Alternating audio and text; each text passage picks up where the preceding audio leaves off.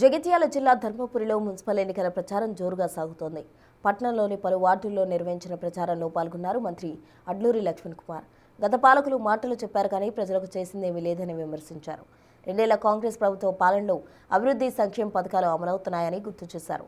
ప్రజా సంక్షేమమే కాంగ్రెస్ ప్రభుత్వ లక్ష్యమన్నారు. మున్సిపల్ కాంగ్రెస్ జెండా ఎగరేసి ధర్మపురిని ఆదర్శవంతమైన మున్సిపాలిటీగా తీర్చిదిద్దే బాధ్యత తీసుకుంటా అన్నారు.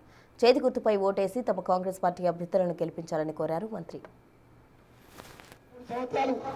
ఈ రాష్ట్రంలో అధికారం గౌరవ ముఖ్యమంత్రి నేతృత్వంలో లక్ష్మణ్ కుమార్ అన్న ప్రభుత్వంలో ఉంటాడు. మరి అవతలలో 10 సంవత్సరాలు అధికారం ఇచ్చినాం. ఎవరికో గుడప్ప చెప్పినాం, ఎవరికో మున్సిపల్ అప్ప చెప్పినాం ఆ పార్టీలకు. మరి గుడప్ప చెప్పిన నాయకుడు ఏం చేసిండో తెలుసు, మున్సిపాలిటీ అమ్మ చెప్పిన నాయకుడు ఏం చేసిండో తెలుసు మీకు.